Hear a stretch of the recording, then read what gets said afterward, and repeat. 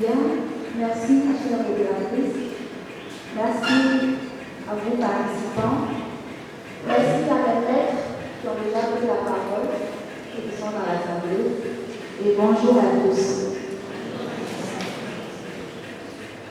Le scandale des abus sexuels, le scandale des abus de pouvoir, des abus de conscience, des abus spirituels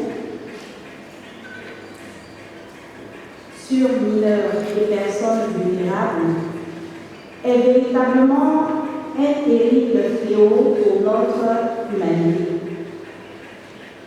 Et malheureusement, ces crimes abominables, qui sont une violation des droits fondamentaux des victimes et un obstacle au plein exercice de tous leurs droits, n'ont pas épargné l'Église.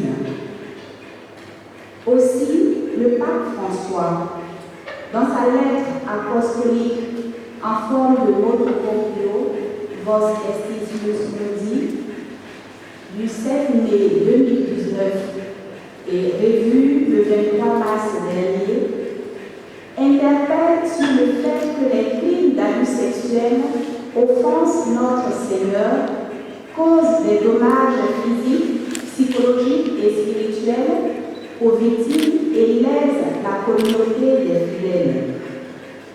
Pour lui, afin que ces phénomènes, sous toutes leurs formes, ne se reproduisent plus, il faut une conversion continue et profonde des cœurs, attestée par des actions concrètes et efficaces qui impliquent chacun dans l'Église, de telle sorte que la sainteté personnelle et l'engagement moral puissent contribuer à promouvoir la pleine crédibilité de l'annonce évangélique et l'efficacité de la mission de l'Église.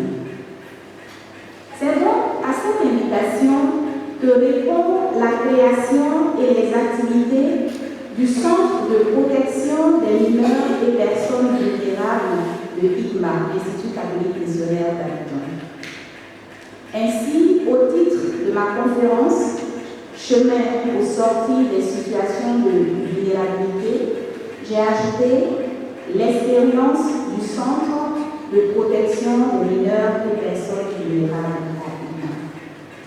Quels sont les chemins que préconise ce centre pour aider à sortir des situations de vulnérabilité?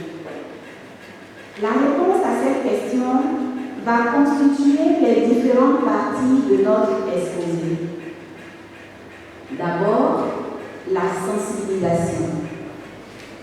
La sensibilisation comme chemin pour contribuer à la prise de conscience de la gravité des atteintes aux droits des mineurs et personnes vulnérables.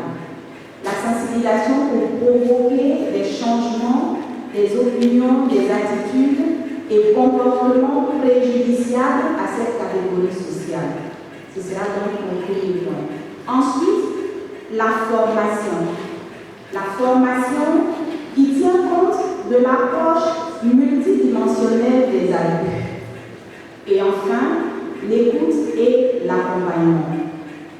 C'est-à-dire écouter la voix des victimes d'abus sexuels et, vu les conséquences à la fois psychologiques et spirituelles, les accompagner dans un processus de guérison. Voici donc les trois moments de mon exposé. Mais avant, accordons-nous sur le sens de certains termes qui seront utilisés. D'abord, mineur. Un mineur, toute personne âgée de moins de 18 ans. Et dans Vos Estitius Mundi, il est précisé que au mineur est équiparée la personne ayant habituellement un usage imparfait de la raison. La vulnérable. Donc, est vulnérable toute personne se trouvant dans un état d'infirmité, de déficience physique ou psychique, ou de privation de liberté personnelle qui, de fait, même occasionnellement,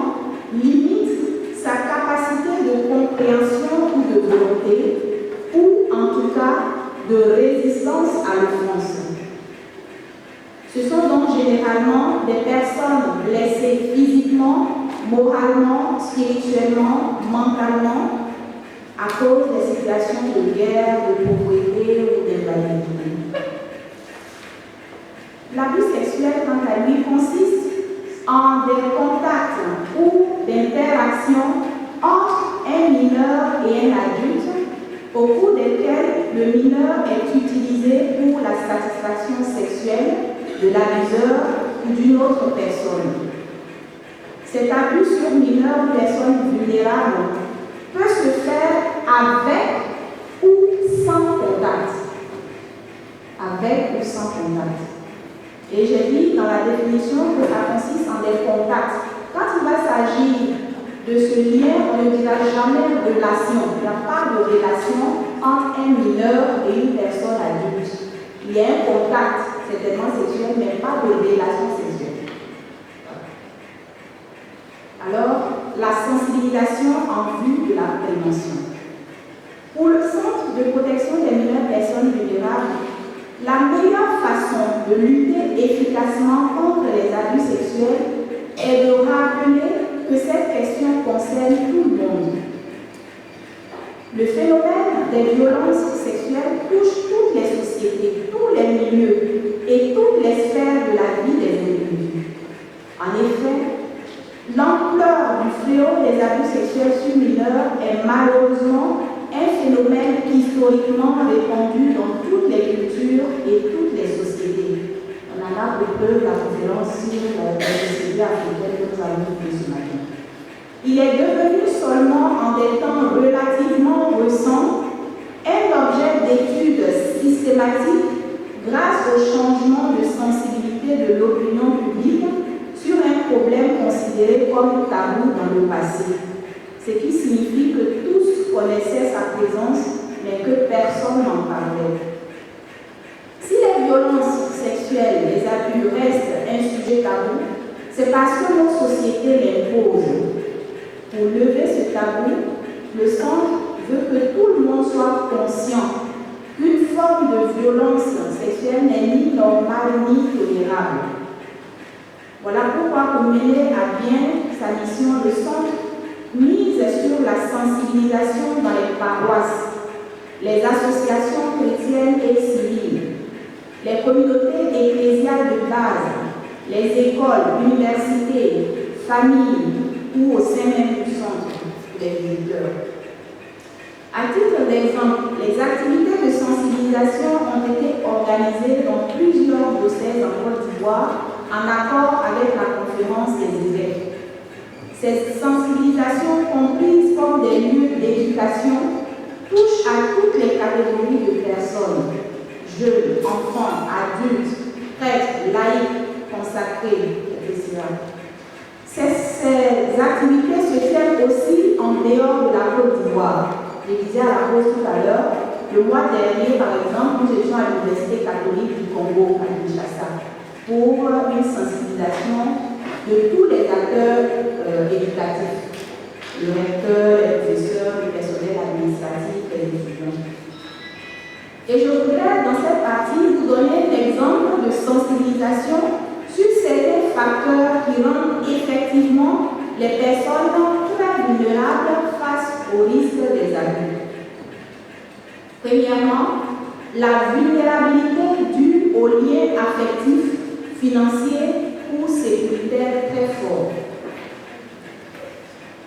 L'individu qui aime passionnément un autre résiste difficilement à ses caprices et peut en arriver à classer sa violence dans la catégorie caprice. Pour ne pas perdre la personne qu'on aime et à laquelle on est attaché, on tolère tout, de peur de la perdre. Il en est de même pour l'individu, homme ou femme, qui dépend profondément d'une autre pour ses finances ou sa sécurité. Il est bloqué psychologiquement pour dire non à des pressions en matière de violence ou d'abus sexuels. Son état psycho-affectif peut même faire qu'il justifie les comportements abusifs de l'agresseur auquel il est lié affectivement, financièrement ou pour sa sécurité. C'est ainsi qu'on peut se retrouver face à des hommes grand et fort, mais vulnérable face, par exemple, à des amantes qui les violentent, ou encore à une fille qui se laisse violer par son propre père et refuse de le dénoncer. Donc voici quelques facteurs. Un autre, c'est la vulnérabilité due à la position de subalterne craintif. Je profite de faire de la sensibilisation. Donc imaginez que je suis en train de faire de la sensibilisation. L'individu ou la femme sous l'autorité d'un chef qui donne l'impression d'être maître vit dans une peur viscérale de représailles, provoquant un sentiment permanent d'impuissance radicale. Cette impuissance psychologique l'empêche de résister en cas d'agression sexuelle. La position d'autorité de l'agresseur fonctionne comme un paralyseur de leur volonté propre. On a tellement peur qu'on n'a même pas la force d'oser dire non. C'est dans cette dynamique que, dans les familles, des parents ou aînés ont profité de cette vulnérabilité pour commettre des agressions sexuelles sur les enfants. Toujours dans cette logique, on a vu les membres de communautés religieuses, féminines ou masculines, subir des violences sexuelles de la part de leurs fondateurs ou supérieurs durant des années sans les dénoncer. Ça, c'est la vulnérabilité due à la position de subalterne craintif. Ensuite, la vulnérabilité due à la situation de chantage. L'individu, homme ou femme, est également bloqué psychologiquement pour dire non à des pressions en matière de violence sexuelle lorsque survient le chantage, à cause du fait que sa conscience est liée. Dans les procès publics récents, je pense que c'est des gens que vous avez suivis, peut-être qu'il y a les autres. Donc, dans les procès publics récents des abus sexuels dans les églises, il y a eu le cas d'un pasteur nigérian. À toutes les jeunes et belles femmes mariées qui lui confiaient qu'elles avaient commis un adultère ou avaient avorté avant leur mariage, afin qu'ils prient pour leur délivrance, il imposait des sévices sexuels en échange du silence. Si tu refuses, je dénonce tout chez ton mari. Donc, craignant d'être répudiés par leur mari, ces belles et jeunes dames se soumettaient aux caprices sexuels de leur pasteur. Et au cours de nos sensibilisations que nous avons eues ici même en Côte d'Ivoire, on a eu le cas de chantage d'un jeune par son propre oncle. L'oncle abusait de cet enfant et il lui disait, de ce jeune, et il lui disait, si tu me dénonces, je vais tuer ta maman. Donc on a la peur, il n'a jamais dénoncé cet oncle et tout le monde l'adorait dans la famille parce que c'était le bienfaiteur. Alors sous cette couverture, il pouvait faire le mal à l'enfant et l'enfant craignant que sa mère soit la victime de ce bobo, il n'a pas osé parler. Et un dernier aspect de ces facteurs, c'est la vulnérabilité due au poids de certaines mentalités. Certaines idées reçues sans discernement dans une culture peuvent neutraliser la capacité humaine de dire non au mal. Par exemple, on ne dit jamais non à une autorité, n'est-ce pas? Ou quelquefois, le corps de la femme appartient à l'homme, n'est-ce pas? Ou bien, un enfant obéit toujours. Intérioriser ce genre de slogan rend les hommes, dans certains cas, comme des ayants droit devant toute femme.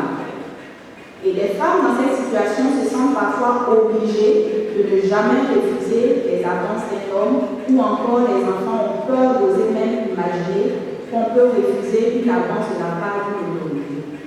Donc ces slogans annihilent la capacité de discernement entre le bien et le mal, le licite et l'illicite en matière de relations humaines touchant la sexualité. Voici pour la sensibilisation. formation.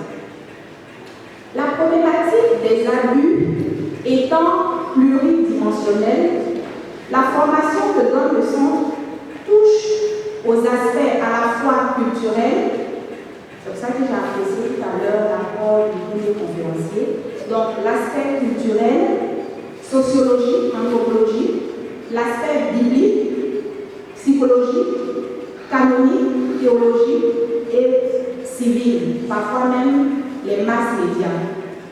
Cette approche plurielle et interdisciplinaire porte sur des thèmes tels que souffrance et espérance, signification de la croix et de la résurrection, comprendre les auteurs d'abus pour protéger les mineurs, facteurs de risque et de protection, normes canoniques concernant la protection des mineurs, l'abus intrafamilial, l'accompagnement pastoral des victimes et des survivants, etc. Donc voici un peu les modules au cours de ces sessions de formation. Et ces sessions interviennent, au cours de ces sessions interviennent donc diverses compétences.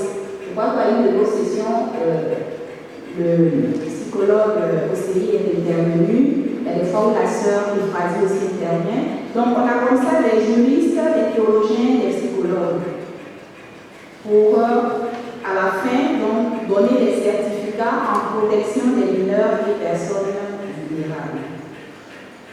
Enfin, l'écoute et l'accompagnement. C'est donc un troisième chemin que nous proposons. Au centre, l'accompagnement psychologique est un élément clé du cheminement de la victime vers la guérison. Il permet aux victimes de discerner leurs blessures personnelles afin de rendre plus efficace le traitement des dommages qu'elles ont subis. Les victimes qui reçoivent l'accompagnement psychologique ont l'occasion de discuter avec un professionnel en qui elles ont confiance. Dans ce contexte, non seulement elles comprennent mieux les effets traumatisants des abus sexuels, mais elles sont capables d'exprimer des émotions qui, si elles sont refoulées, causent de nouveaux dommages. Les victimes reçoivent de l'aide pour surmonter leurs sentiments de honte et de culpabilité, pour diminuer leur niveau de crainte et d'hypervigilance, pour recommencer à faire confiance aux personnes et pour s'engager dans des relations saines. Elles sont encouragées à s'efforcer de se prendre en charge et à rester engagées et actives dans la société. En plus de l'importance de la dimension psychologique du processus de guérison, il est également admis que la guérison spirituelle a son importance propre, tout particulièrement pour les victimes qui ont été profondément engagées dans l'Église. Comme les êtres humains sont l'union des corps et de l'âme, toute blessure du corps ou de l'esprit ébranle la capacité d'une vie spirituelle saine. Le traumatisme des abus entraîne souvent des blessures invisibles qui déforment l'image de Dieu chez la victime et affaiblissent sa capacité de relation avec lui. La culpabilité, l'auto-accusation, la crainte et la colère si souvent vécues par les victimes d'agressions sexuelles peuvent détruire ou limiter leur capacité d'avoir confiance en Dieu et en leurs semblables. Et elles se retrouvent avec un sentiment de deuil et d'abandon spirituel qui demande à être guéri. Confiant que la foi peut apporter la guérison aux victimes, le centre offre toutes les ressources spirituelles et pastorales pour leur procurer la guérison dont elles ont besoin dans leur vie. Néanmoins, notons que la grâce n'agit pas souvent de façon instantanée. Aussi, est-il que la guérison spirituelle est un long chemin qui n'est pas toujours facile à parcourir. L'accompagnement spirituel au centre veut aussi que la victime, la famille et son entourage et à la réconciliation. En effet, la capacité de toutes les personnes touchées par les abus sexuels de surmonter la douleur, la colère et la rancœur pour atteindre une paix et une sérénité plus grande coïncide souvent avec l'expérience du pardon. Il faut un long processus pour en venir au point de pouvoir pardonner et recevoir le pardon, lequel peut être davantage le signe d'une guérison en cours. Il est certain que le pardon est un élément essentiel du chemin vers la réconciliation et un moyen utile de parvenir à un sentiment de paix plus profond. Cependant, il ne peut avoir lieu que si les personnes qui ont été blessées sont prêtes à s'engager dans cette direction. Le Centre de protection des mineurs et des personnes vulnérables fait donc une prudence dans sa direction vers le pardon, qui lutte à ce que le pardon ne soit pas imposé ou à la hâte, car pour certaines victimes et familles, un appel actif au pardon peut être considéré comme un moyen de réduire l'importance des dommages qu'elles ont subis ou de nier la légitimité de leur profonde douleur. Le sentiment d'une obligation de pardonner imposée par soi-même ou de l'extérieur risque aussi d'accabler de diverses émotions pénibles des victimes qui n'y sont pas encore prêtes. Pour ces raisons, il peut être utile de considérer le pardon comme une destination à atteindre graduellement et par étapes. Il s'agit d'un cheminement qui s'exprime par un sentiment croissant de compassion et une plus grande volonté des victimes de laisser derrière elles les blessures passées. Pour l'heure, la prise en charge est plus donc de l'écoute et de l'accompagnement, parce qu'elle est à l'hiver, il peut avoir la prise en charge médicale et au niveau de la justice, mais à notre niveau, nous essayons d'orienter vers les structures appropriées. En conclusion, nous pouvons dire que l'expérience du centre nous met devant des situations concrètes de vulnérabilité dans nos milieux immédiats et lointains. Nous avons donc opté d'impliquer des acteurs pastoraux dans la campagne de conscientisation à travers des activités de formation et de sensibilisation. Finalement donc, le Centre de protection des mineurs et des personnes vulnérables entend promouvoir la responsabilité des églises particulières dans la prévention des abus sexuels à travers une sorte d'évangélisation des consciences. C'est pour nous une manière de répondre à l'appel lancé à l'Église entière de lutter pour éradiquer ce crime abominable de la surface de la terre et aussi de savoir prendre soin des petits et des faibles tels que nous le recommande l'Évangile. Je termine donc avec l'article 5 du Motu Proprio précédemment cité. Les autorités ecclésiastiques s'engagent afin que ceux qui affirment avoir été offensés ainsi que leurs familles soient traités avec dignité et respect et leur offrent en particulier un accueil, une écoute et un accompagnement, y compris à travers des services spécifiques, une assistance spirituelle, une assistance médicale, thérapeutique et psychologique en fonction du cas spécifique. Je vous remercie.